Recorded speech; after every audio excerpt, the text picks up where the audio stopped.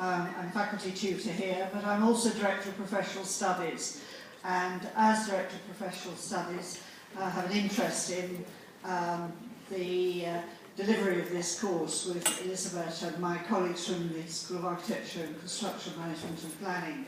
So I'm a great supporter of the course, and every 2 or 3 years I come along and join you all on the field trip.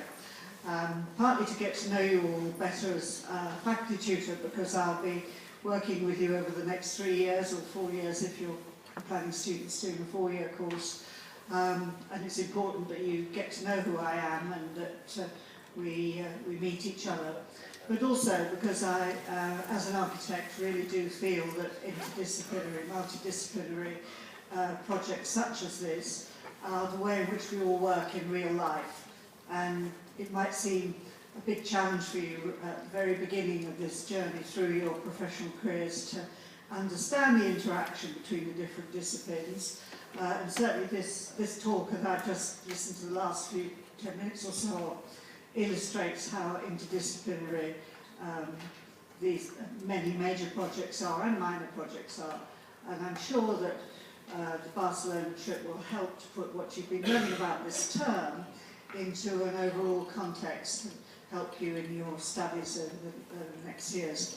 I want to first of all introduce Brent Pilkey to you, who is the Student Research Fellow. And again, you met him right at the very beginning of the programme when you were here in the first week. And I'll ask Brent to say just a few words about what he does.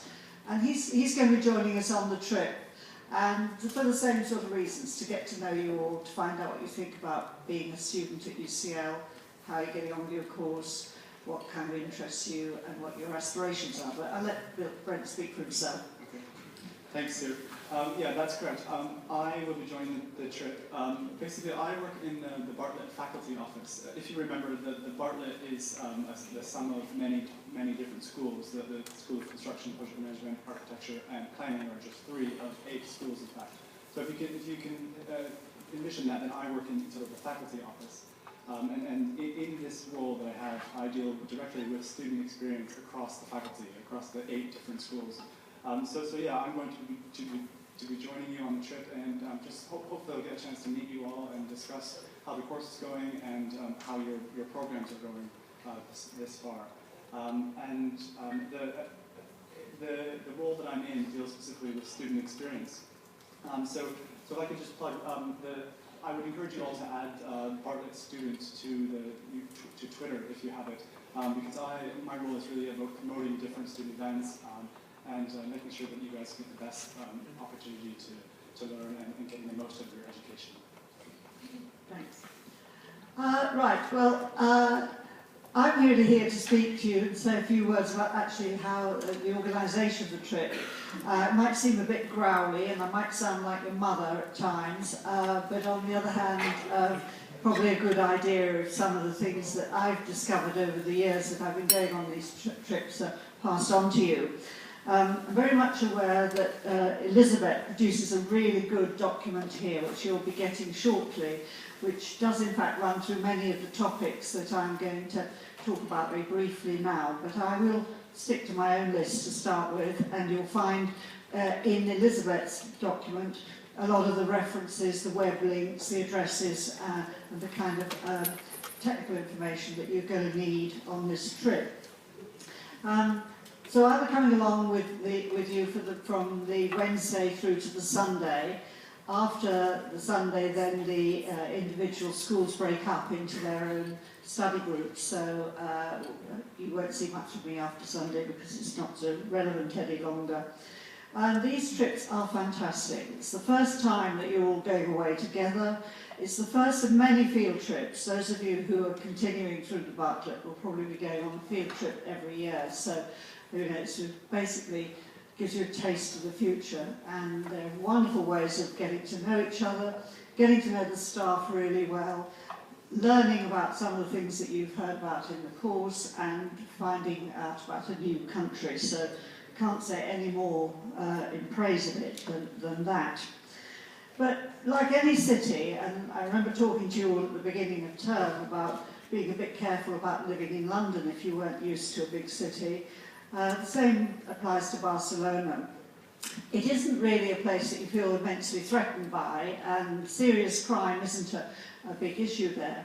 But there is a lot of petty crime, and one of the major problems is in Spain in general, in Barcelona in particular, which has a large tourist influx, is people stealing purses, cameras, small personal possessions. So some of these things I'm going to say to you are all about trying to look after yourself and look after your possessions.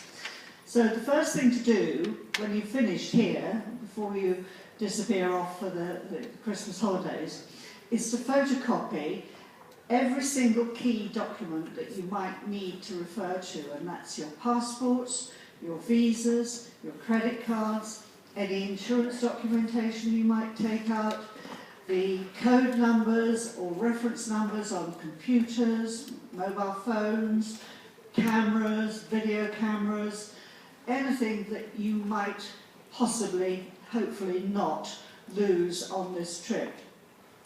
Any health documents you have, copies of prescriptions that you might have.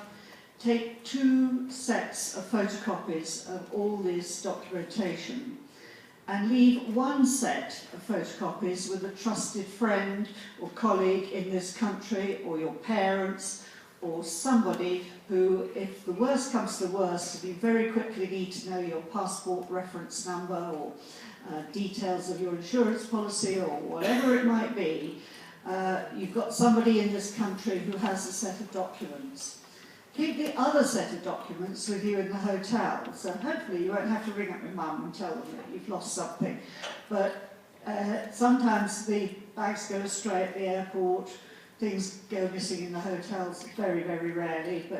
So do keep 2 sets of documents with all this critical information on it, 1 in this country or your home country, 1 in your hotel with you, so that you've got these details if anything goes wrong.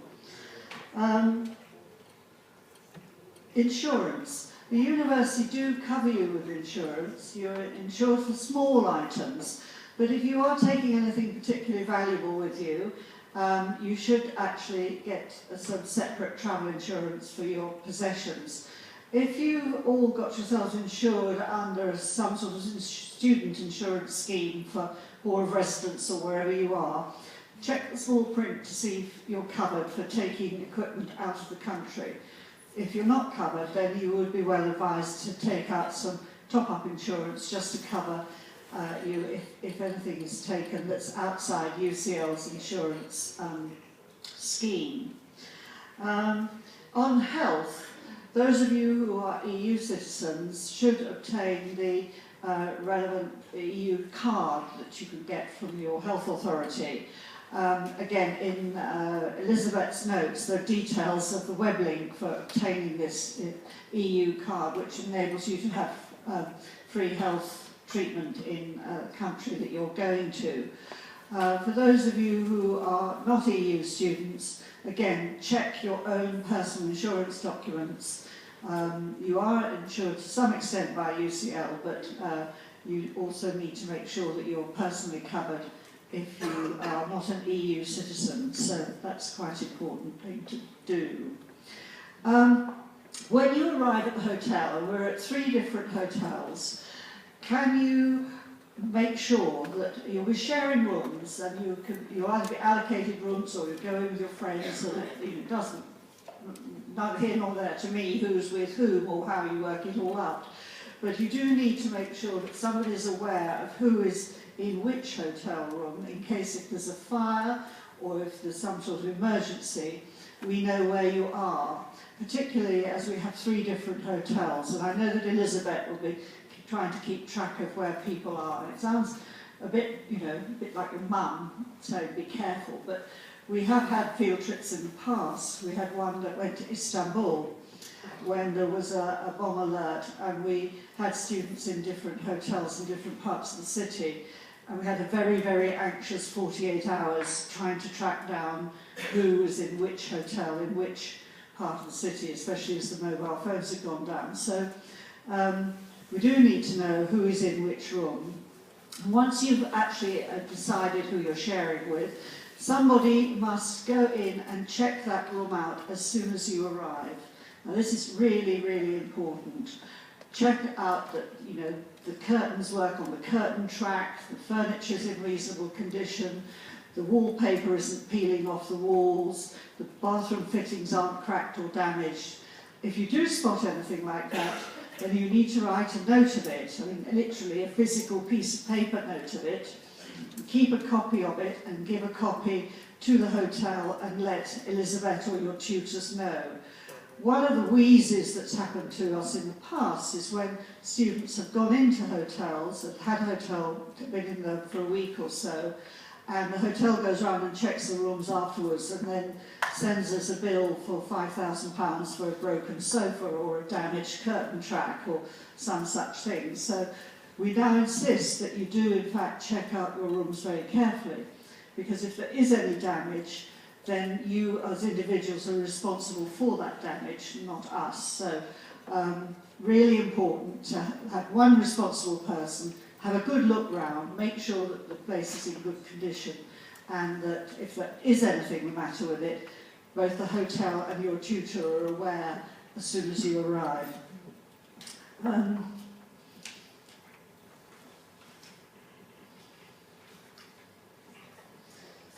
Oh, the other thing about hotels is really, again, sounding like your mother again, please have just a good look to see where the fire escapes are, how to get out of the hotel. Some hotels in some countries are really quite warrens of a place, and I don't know where you've been sent this time, but just have a quick look to check, you know, if there was any reason to get out quickly, you need to know the way. We've never had a fire in a hotel as far as I'm aware, but I do remember being in Venice when we had students in a really quite a lot of different little hotels. They were really tiny little hotels, and feeling myself really quite insecure in this warren of a little tiny place, and worrying about, well, if there was a fire, how would I get out of here?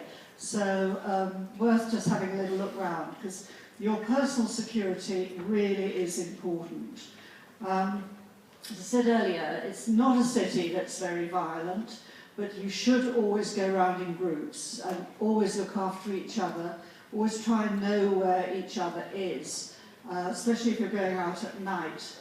Technically, we, as your tutors, have a duty of care to look after you during the time that you are actually doing the work on the course. So we have a duty of care from the morning, when we see you all in the morning and brief you, to the early evening when you all come back having done whatever we've asked you to do. But we are responsible for looking after you if you all go clubbing or disappearing off. And if anything happens to you during that time, obviously we'll be there to pick up the pieces, but you are responsible for yourselves when you are out and about outside our care. And our care extends to just making sure that we've taken reasonable provision, like warning you now about being careful. Lastly, I just want to say, again sounding like a mother, these trips are regarded very highly by UCL and very important for us to be seen in many different countries. We will have connections with universities there, other academics will be meeting you perhaps. And the reputation of UCL is regarded very, very highly. And also how you behave and present yourselves within another country as representatives of the university is important. So please try and respect any local customs. If you're going into churches, make sure you're appropriately dressed. Understand local cultural habits and ways of greeting people and interacting and so on. And remember that, you know, as a representative of UCL, we really do take this very seriously and hope that, you know, you have a great time and the university's reputation is maintained. Don't think I have anything else to say. All of the important checklist information is in this document, which you'll be getting. Yeah, this document, each school will have allocated times and dates to give you your flight tickets. So, for example, for the School of Planning, it's next Monday at 2, it's in their timetable. So each school will give you the printed copy of the document, but the documents will also be on the course Moodle page on the tab of the field trip. Okay? And it has all the contact numbers that you need in case of emergency, even a very short dictionary of a few words to get by, saying good morning, good afternoon. But it also has some addresses of places to go out, places to visit on your own time, the hotel locations and the addresses. But it also has, more importantly, the contact name and mobile number of the tutor who is responsible for you in your hotel in case anything happens. Okay? So each school is in a different hotel. They're all within walking distance from each other, 5–10 minutes. The furthest points away is 15 minutes walk maximum. And that's maximum. I've done it. I've been there a few weeks ago. And all the hotels are pretty nice. They're 3- and 4-star hotels, right in the city center. Should be a great trip.